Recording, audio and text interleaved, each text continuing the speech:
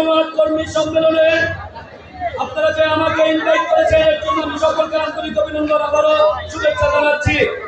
দীর্ঘ আন্দোলন সংগ্রামে 11 নম্বর বলেন, মিরপুর থানা বলেন, পশ্চিম দক্ষিণ উত্তর জেলায় বলেন, ছাত্রদল কারাকে বা কারা কোথায় কিভাবে করেছেন আমরা জানি। আমি ধন্যবাদ জানাচ্ছি। আজকে এই সমাবেশ ছাত্রদেরকে দিয়ে ভরপুর হয়েছে, কিন্তু এটাতে আমি অনেক সন্তুষ্ট। কিন্তু আমি একটি কথা বলবো, ছাত্রদল হলো একটা সুশৃঙ্খল একটা সংগঠন। ছাত্রদলের ভিতরে কোনো বিশৃঙ্খলা থাকতে পারে না।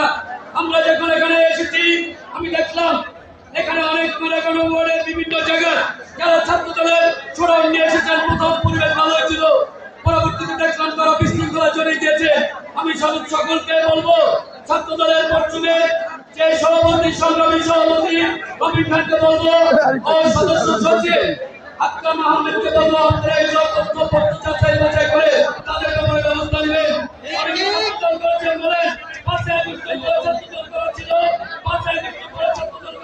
আমরা সবাইকে চিনি, সবাইকে জানি।